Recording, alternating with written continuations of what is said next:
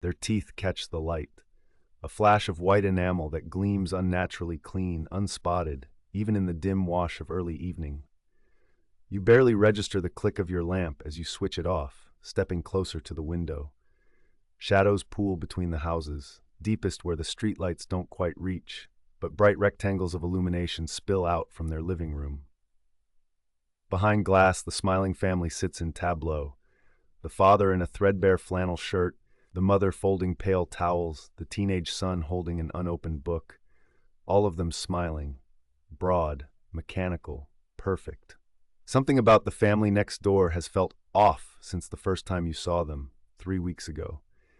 The yard mulch beneath their rose bushes looks undisturbed.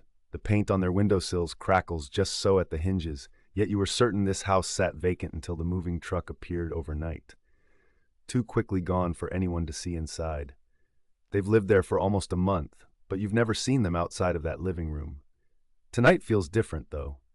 Tonight, you notice their timing. They smile as they move, nearly in tandem. The son tilts his head, the father nods, a fraction too slow. The mother lifts both hands, a perfectly executed clasp. When one turns a page, the rippling paper glimmers briefly from the warm yellow lamp illuminating them. They each laugh suddenly, high, bird-like chirps, but none of their mouths open. It feels rehearsed. You realize now that it's not just the way they're always inside that room, or always facing forward, or always positioned with a kind of symmetry, like figures arranged inside a diorama. It's that they are always smiling, always.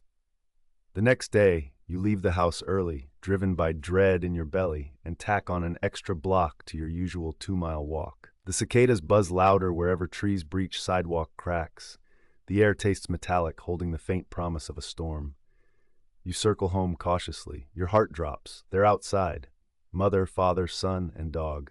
The family stands neatly gathered on their lawn, the father holding a rake he clearly hasn't used. You manage a sharp inhale and summon politeness. Then you raise a hand and wave. They don't wave back. Instead, their necks swivel in eerie synchronization, like mannequins on invisible wires. Their eyes meet yours, opalescent, innately wrong. And those teeth, always showing too much gum, too much grin. You dig nails into your palm to stop your steps from faltering. It feels like they're staring harder than possible, as though they're inside you. The dog doesn't wag its tail. It stretches its mouth back in a pant, tongue rolling out like satin. Smiling. You pick up your pace. Saw your neighbors today, you say hours later, cradling a steaming coffee cup in your friend Marcy's kitchen. You can't stop chewing the inside of your cheek. Behind you, the coffee machine lets out an angry metallic hiss, and you flinch. The pain in your cheek sharpens. They're a little intense, aren't they? You venture. Your attempt at casual concern tastes like blood. They're just friendly, Marcy says, glancing at you over the brim of her mug. She sips, shrugs. Maybe you're not used to nice people? You want to laugh. Instead, you picture once again those teeth, the glimmer in their frosted eyes, the boy holding a book he never opened. If Marcy notices your hands tightening on the ceramic mug, she doesn't show it. That night you replay the encounter in your darkened living room. Just you, your lamp, the window, and them. Their figures at the upstairs window, grinning down at you, the entire family, still smiling, unmoving. You type their names into the search engine and find nothing. No history. No photos from before this neighborhood. Just a blank collection of irrelevant links. The results mock you with their sterility. Facebook accounts for other people with the same names, business profiles from cities hundreds of miles away, obituaries for strangers who don't matter. Your fingers hover over the keyboard, unsure. People always leave traces. A school fundraiser, a wedding announcement, some kind of proof they existed before moving here. Your neighbors are ghosts in a smiling skin. The hum of the computer starts to sound louder, like it's aware of your disbelief. You open another tab. Property records. The smiling family's address should have a trail. Who owned it before? When exactly did they move in? You squint at a list of transactions, eager for clarity. But the file skips. One sale directly to another, the paper history closing like a fist around the truth. The field for their move-in date reads just one word, unrecorded. You lean back, staring at the screen. Is that even possible? It's late when you shut the laptop, but you don't head to bed. Instead, you walk to your front window. The smiling family's house looks the same as it always does, prefab perfection. But you can't stop thinking about that missing past, as if their existence just began here. The faces in the photographs look familiar. Not the faces, but the smiles. The same impossible smiles now living next door. You don't know why you came to the local library. Maybe you assumed the old walls, yellowing lights, and silent stacks would calm you. Instead, the smell of aged paper feels suffocating. Even here, under the hum of old air ducts, the family's grinning expressions follow you. The librarian had raised her eyebrows when you asked for access to the neighborhood's development archives. You mumbled something about curiosity for local history, the kind of half-lie you suspect she hears often. The box she brought you felt damp, though the room isn't humid. You ignored it, digging through decades of clippings and housing records. Across pages covered in grainy images of construction workers breaking suburban ground in the 1960s and faded celebration photos of new homeowners, you find your thread. A photo from 1998 catches your eye. A family standing in front of a house in another Illinois town. The parents beam too wide. The toddler, balanced on the father's hip, shows immaculate rows of teeth. You gag when you meet his lifeless eyes. They're wrong. And then, 5 years earlier, another family, another house. That same smile pasted across their faces like a bad copy. Smiles spread too evenly lead you to sickness. A blur of repetition spanned decades. Different clothing, same gaze. You slam the last folder shut as soon as you feel it. Eyes. You twist your body. Nobody's there except the ventilation fan groaning above. Its rhythm stutters. Unnatural. Visual. Newspaper photographs dappled across the table, each image honeyed by decay, the faces still grinning too perfectly. The yard is pitch dark except for their faces, grinning at you from the shadows of their perfectly arranged patio furniture. You told yourself to relax, that you wouldn't slip into obsession. Just a walk through your backyard with a flashlight. The night air tastes sharp as you lick your lips, your mouth suddenly cotton dry. The cicadas have stopped buzzing, and in the silence your steps grow deafening. You hadn't even brought a camera this time, trying to give yourself some plausible deniability, but your breath fogs when you see them. 3 figures. The father still in his khakis, the mother standing so pleasantly straight, the boy clutching the same damn book. You can't move, but they do. They tilt their heads in sync like dolls on a factory line. No sound. No attempt to explain why they're standing there at all. Just smiles. Too white, too thin, too present in the dark. Your pulse sprints when the whispers begin. Lips not moving. Whispers curling to reach you. You scramble back inside and lock the door behind you. Adrenaline slipping you into a frenzied mess. But none of that matters. Not when you steal one last glance out the window. Visual. Through the glass, the smiling family's heads tip slowly out of sync now. They've gotten closer to the fence, their teeth gleaming brighter in the porch shadows.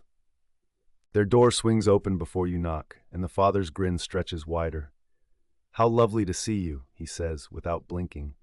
You freeze, hands still raised mid-knock. His teeth are impossibly white, each one too smooth, too straight, as if carved from porcelain.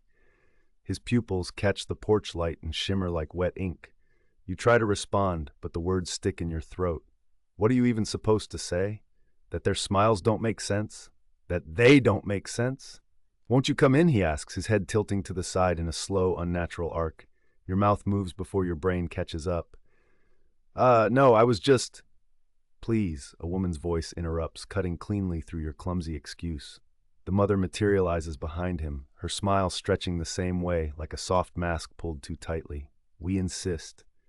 There's no pause, no breathing room. The father steps aside, the mother gestures wide, and before you fully register why your feet are moving, you're inside their house. Visual, their eerily immaculate living room, everything in perfect symmetry. Chairs angled just so, even the rugs perfectly aligned with floorboards. No stray speck of dust. The smell hits you first, lavender. Not fresh lavender, but an acrid, artificial twist of it, like the candles your ex used to hoard. It's cloying, smothering, burning the back of your throat. "Welcome," the mother says. "We always like to get to know our neighbors." Her tone is warm, syrupy, rehearsed, like hearing a greeting card speak. The father takes up a position next to her, their movements eerily synchronized again. Whatever out-of-sync weirdness you saw earlier has been smoothed over, polished. They stand together, beams of perfect artificiality, smiling, always smiling. Your home is nice, you manage to force out. It sounds flimsy in the heavy silence that follows. They don't reply. They just stare, smiles intact, eyes locked on yours. A quick scan of the room, anything to break eye contact, shows empty walls. No pictures, no artwork, no signs that anyone actually lives here. Just blank, cream-colored paint and muted furniture. Every seat cushion stitched so tight it might as well be part of the frame. I should get going, you stammer. Didn't mean to intrude. Nonsense, the father says, stepping closer. He smells like baby powder and mothballs. Neighbors are never an intrusion. We're family now. The faint rhythmic tick of an unseen clock, its tempo irregular like a heartbeat unsure of itself. The word family snags in your chest. It shouldn't sound wrong, but when they say it, it does. I don't think I've actually seen you all move in, you blurt. Did you come late at night, or? The question lingers, raw and exposed. Their smiles don't waver, but something below the surface shifts. A ripple under still water.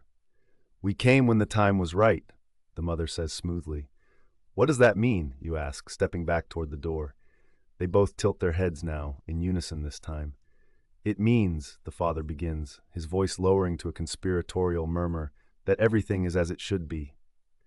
Visual, a broken wine glass on their otherwise pristine dining table, the jagged stem glinting faintly in the dim light, the only imperfection. Your breath is shallow, low. Every instinct screams at you to leave, to run, but your legs feel bolted to the floor. Would you like tea? The mother asks abruptly, walking toward the kitchen. Her motion is smooth, too smooth. It's not walking so much as gliding. No, you say, too quickly. I really need to. You'll like it, the father insists. He rests a hand on your shoulder, and it's worse than you expect. Cold and wrong, the pressure lingers even after he lets go. You can't stay. You won't. Thanks, but I really have to. You spin toward the door, hand outstretched, but it's not there. The door's gone. No frame, no hinges, nothing. Just smooth, cream-colored paint stretching endlessly where the exit used to be. Where the door once stood, nothing but featureless wall now, unbroken and seamless as though built that way from the start. What is this? Your voice cracks. You whirl around to face them. They're standing closer now. Inches, not feet. Smiling. Always smiling. I should go, you try again, louder now. You step back without thinking and collide with a coffee table. A vase tips. Somehow it doesn't fall. It rights itself mid-tilt as if pushed by unseen hands. The mother and father say nothing. Just watch as you fumble sideways, jerking toward a window. Windows mean escape, your racing mind insists. But the curtains won't move. They're stitched shut. No rods, no seams, no gaps to pull apart. What is this? You demand again, voice shaking. They don't answer.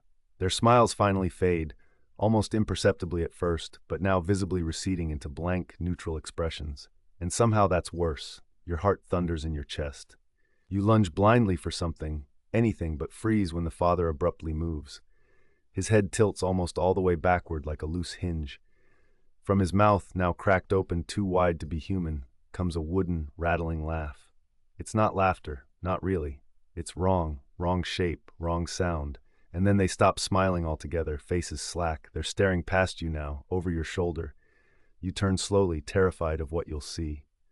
Visual. The smiling family's children now stand in your backyard, their shadows stretching thin and unnatural in the sodium orange glow of the streetlights. Both are smiling, far too wide. This isn't real. It can't be real. You stagger back until you hit the wall, body pressed flat as the father leans in close, his breath a horrible, plasticky heat. Now, he whispers, voice soft but razor sharp, we'll all smile together. You've noticed, haven't you? Our secret.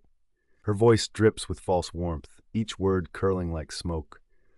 The mother sits near the window, hands folded perfectly over her lap. Her yellow sundress is pristine, not a single wrinkle, as if ironed directly onto her body.